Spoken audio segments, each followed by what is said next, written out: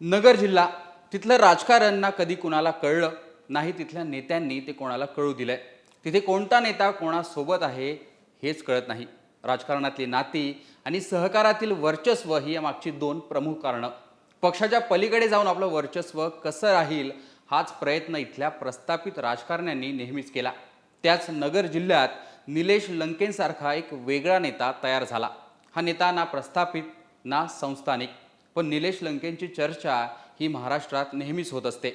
ती चर्चा पारनेरची निवडणूक जिंकल्यावर झाली, ती चर्चा कोविडमध्ये केलेल्या कामांमुळे झाली, ती चर्चा त्यांच्या साधेपणामुळे नेहमी झाली.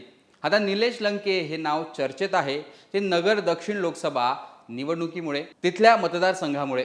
जेव्हा राष्ट्रवादी काँग्रेस पक्ष एकत्र होता आणि सत्तेत होता तेव्हा खासदार सुजय विखेंविरोधात निलेश लंके हे लोकसभेचे राष्ट्रवादीचे उमेदवार असतील अशी चर्चा नगर जिल्ह्यात झाली होती. निलेश लंके तगडं आव्हान देतील असंच नगर जिल्ह्यातील राष्ट्रवादीच्या नेत्यांनाही वाटत होतं. पण त्यानंतर राष्ट्रवादीमध्येच फूट पडली आणि निलेश लंकेंनी अजित पवारांचा हात धरला.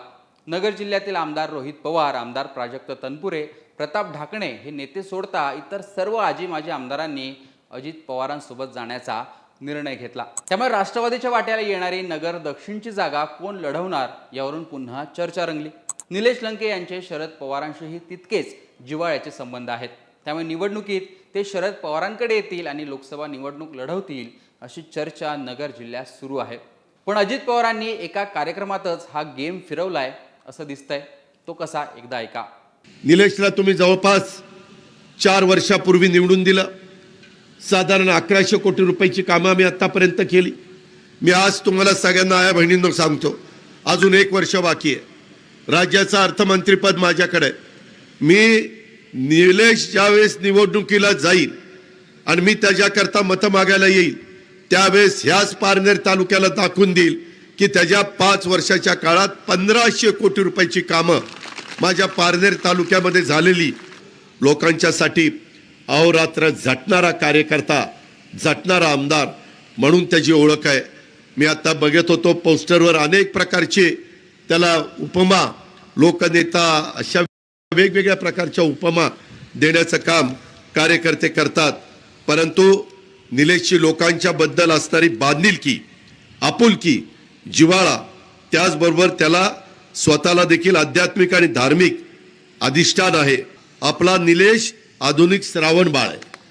त्या श्रावण बाळांनी कसं त्याच्यामध्ये त्या काळामध्ये काम केलं तसं आपल्या आईकरता, आपल्या भगिनीकरता हा श्रावण बाळाच्या रूपानं. बघा, तुमचा आमदार एवढं सगळं सांगतोय तरी चिठ्ठी पाठवतोच, ही अजून सांगा. म्हणजे आमदार असा असला पाहिजे. शेवटी मित्रांनो, आया बहिणींनो, ह्याबद्दल पण मी आता तुमच्याशी बोलल्यानंतर मी मुंबईलाच जाणार आहे. मी दुपारी मंत्रालयात पोचतोय, उद्या पण मी मंत्रालयात आहे.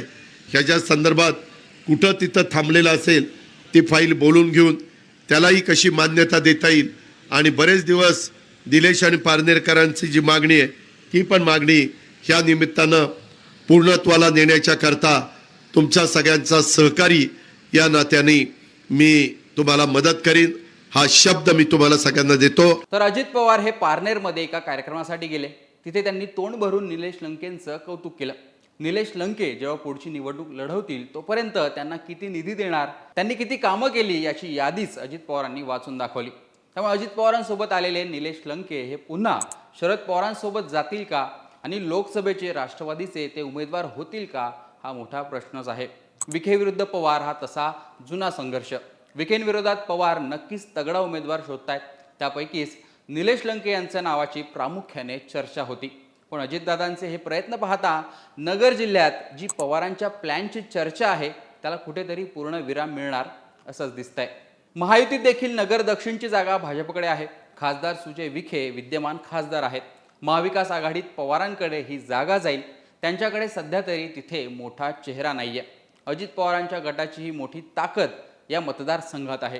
त्यामुळे पवारांचा दक्षिण नगरचा उमेदवार कोण असेल ही गोष्टच नगरकरांसाठी मोठा चर्चेचा विषय ठरतोय.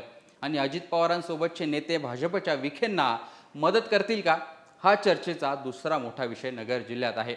एकूणच या चर्चांविषयी तुमची मतं कमेंट बॉक्समध्ये नक्की सांगा. राष्ट्रवादीचा शरद पवारांचा तिथे उमेदवार कोण असेल याविषयी देखील तुमची मतं कमेंट बॉक्समध्ये नक्की सांगा. लोकमतचं यूट्यूब चॅनल सबस्क्राईब केलं नसेल तर ते आठवणीने सबस्क्राईब करा.